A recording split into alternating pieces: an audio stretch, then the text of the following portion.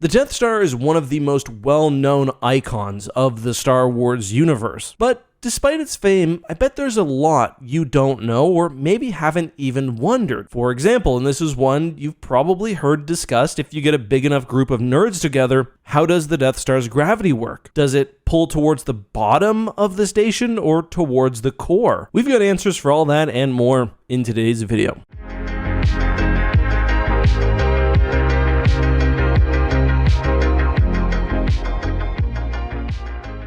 Hey guys, this is Justin. Hope everyone's having a great day. Thanks for giving me some of your eyeballs and some of your time. I value it, so let's get started. After the release of Andor Season 2, many are saying they've got a new favorite Star Wars trilogy. Andor Season 1, Andor Season 2, and of course, Rogue One. You know what though? Let's also add A New Hope to the end, partially because, honestly, I think each project makes the other better, but also because at their core, they deal with striking the first blow against the Empire, and in a literal sense that means the destruction of the first Death Star. The new eyes and focus on what is the oldest part of the Star Wars universe has people asking some really interesting questions. So let's start off with the one I teased in the video's introduction. How does the Death Star's gravity work? And I'm not talking about the gravity inherent to all things with mass. The Death Star is big, but it's mostly hollow and on a space scale pretty small, so a fraction of a percent of Earth's gravity. However, as with most ships and stations in Star Wars, the Death Star has its own artificial gravity. What I'm asking about here is really the orientation of the ship. Are the floors of the Death Star stacked on top of each other, as if it's an oval skyscraper with the poles on the top and bottom, or is it more like a planet with the top floors being the outside of the station? Part of the reason people wonder this is because there's evidence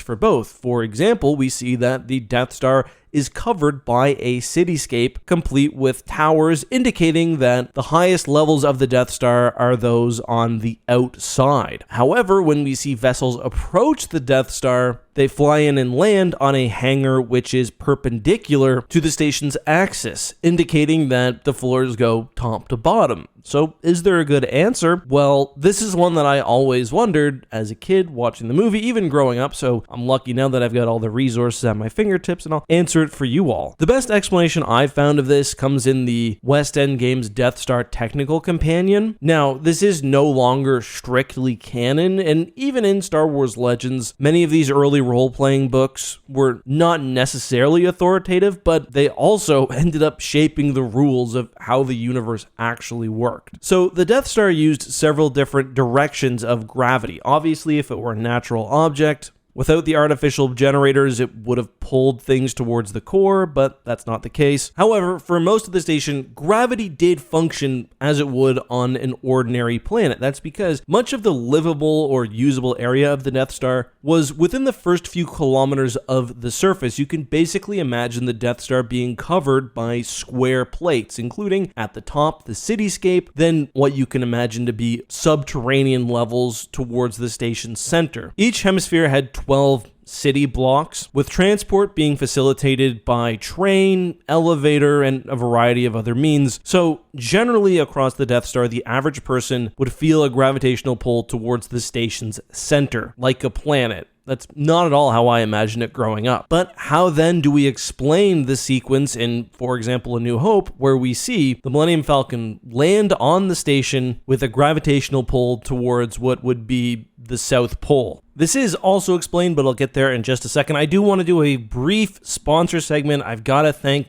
my good friends over at Vite Ramen. Listen, before Andor, it's been a very slow year, and I genuinely could not have gotten through it without the help of Vite Ramen. I got a lot of employees. There's been times where the videos all coming out are stinkers. They've got my backs. And listen, Vite Ramen is a phenomenal product. It's premium ramen, so it's more expensive than what you'd find in a grocery store. However, it's absolutely delicious. It's healthy, especially if you're looking for protein, and it's ethically made. Last time, some of you were pointing out that the ramen I shared was high sodium. And yeah, that was the full flavor variant. Vite Ramen also offers lower sodium alternatives. It all depends on the flavors. The basic noodles, for example, only 5 milligrams, even with 23 grams of protein. So check around on the site, and the version 3.1 flavors have also dropped. Anyway, if you want to try Vite Ramen, we've got a code for you. The first 100 people can use EC20 for 20% off. Then the next 250, EC15 for 15% off. Check the link down below. Thanks so much, Vite Ramen. Let's continue.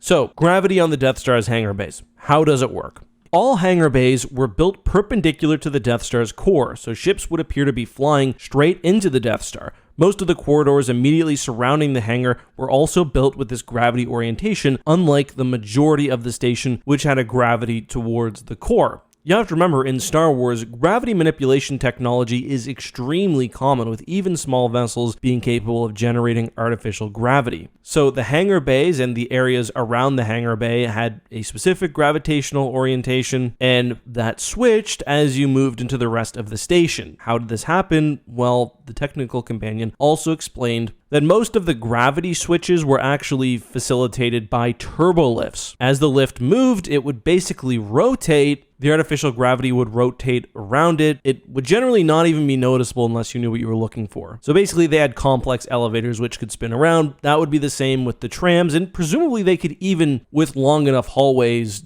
do something similar. So yeah, also keep in mind, as I explained, the Death Star generally had a lot of its stuff near the surface, with much of the Death Star's interior being dedicated to the super laser, its generators, its engines, whatever else. Now, the Death Star's gravity setup may seem exotic, but again, this technology is very common in Star Wars. They have gravity manipulation for everyday objects, and even ships as small as the Millennium Falcon use similar systems. Again, looking to A New Hope, this is a small detail, but notice how they're not strapped into the Falcon turret. That's despite the fact that they had to climb up or down a ladder to get there. That's because in the turret itself, the gravity points towards the turret's floor to make it more comfortable for the person operating the gun. However, the actual ladder to the Falcon is oriented with the rest of the ship's gravity, so you have to climb up or down. You can even see during the turret scenes that the ladders they just climbed up look more like tunnels. So yeah, the technology is common and able to be implemented on a ship even as small as the Falcon. So that's pretty cool. All right, that took a lot longer than I expected. So I'll get to a couple other very brief points. So I mentioned the other day how unlikely it was that no one would have discovered Yavin, and a lot of you in response said, it's even more unlikely that no one found the Death Star. We've got millions of contractors, personnel, etc. moving to the station doing work. And I think the simple answer is you weren't allowed to leave. The Empire guarded the construction of the first and second Death Star so secretly that they even